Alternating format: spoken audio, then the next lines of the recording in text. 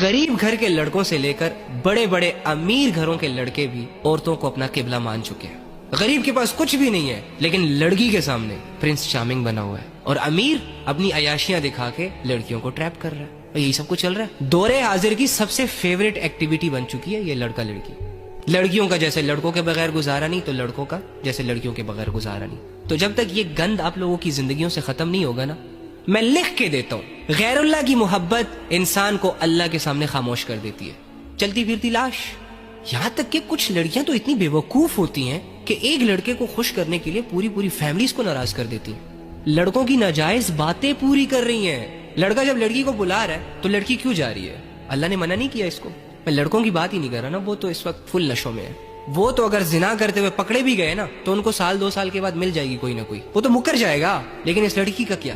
کسی نے بھی اگر اس کو کہہ دیا کہ سارا کیا دھرا اس کا، تو 100 بندوں کے سامنے چلو لڑکا تو یہ کہہ دے گا کہ میری غلطی نہیں ہے، اس کی ہے، یہ لڑکی کیسے کہے گی؟ کیسے یقین دلائے گی؟ اس لڑکی کی مینٹالٹی تو اتنی ویک ہوتی ہے کہ یہ تو اپنے آپ کو جسٹیفائی تک نہیں کر سکتی۔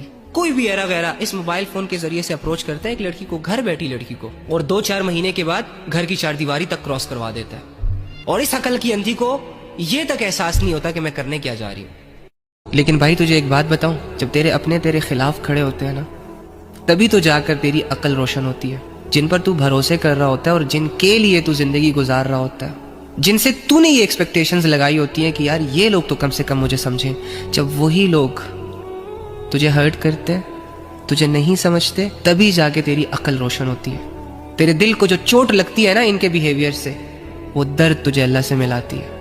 یہ جو لوگوں کے سامنے تو ہنس رہا ہوتا ہے نا، اور تنہائی میں جو چھپ چھپا کے آنسو بہا رہا ہوتا ہے، یہ آنسو تجھے اللہ سے ملاتے ہیں۔ تو چل اب تو فیصلہ کر کہ جو بندہ اللہ سے جڑ جائے، جو جیتے جی اللہ کو محسوس کرنا شروع کر دے، جو اس لیول پہ آ جائے کہ یار کوئی اپنا نہیں ہے سوائے اللہ کے، یہ بندہ کمزور ہو سکتا ہے؟